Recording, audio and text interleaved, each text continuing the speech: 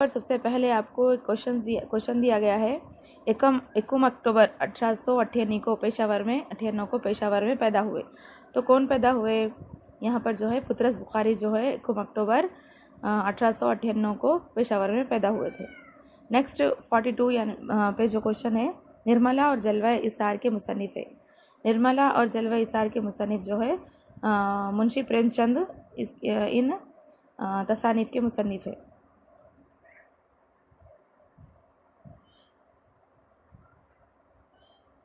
अब है 43 पे जो है ना एक क्वेश्चन है, हकीम उस शौरा और सूफ़ी सरमद इनके अलखाब है। ये किसके अलखाब है?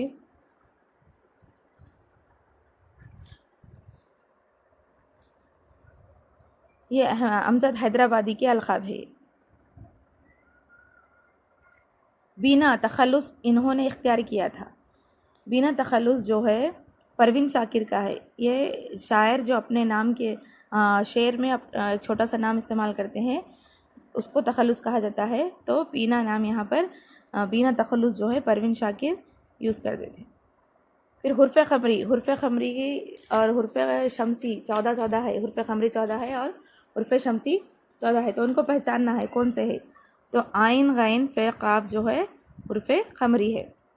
लफ्ज़ जा की क़ीमत इल्मुल आदाद में जो है ना जे और जे दोनों की क़ीमत, जे की भी क़ीमत वही है और जे की, इसमें कंफ्यूज नहीं होना चाहिए। तो इसकी क़ीमत 7 है। वो फ़ेल जिसमें मौजूदा ज़माने के साथ साथ मुस्तक़बिल को भी बयान किया जाता है क्या कहलाता है?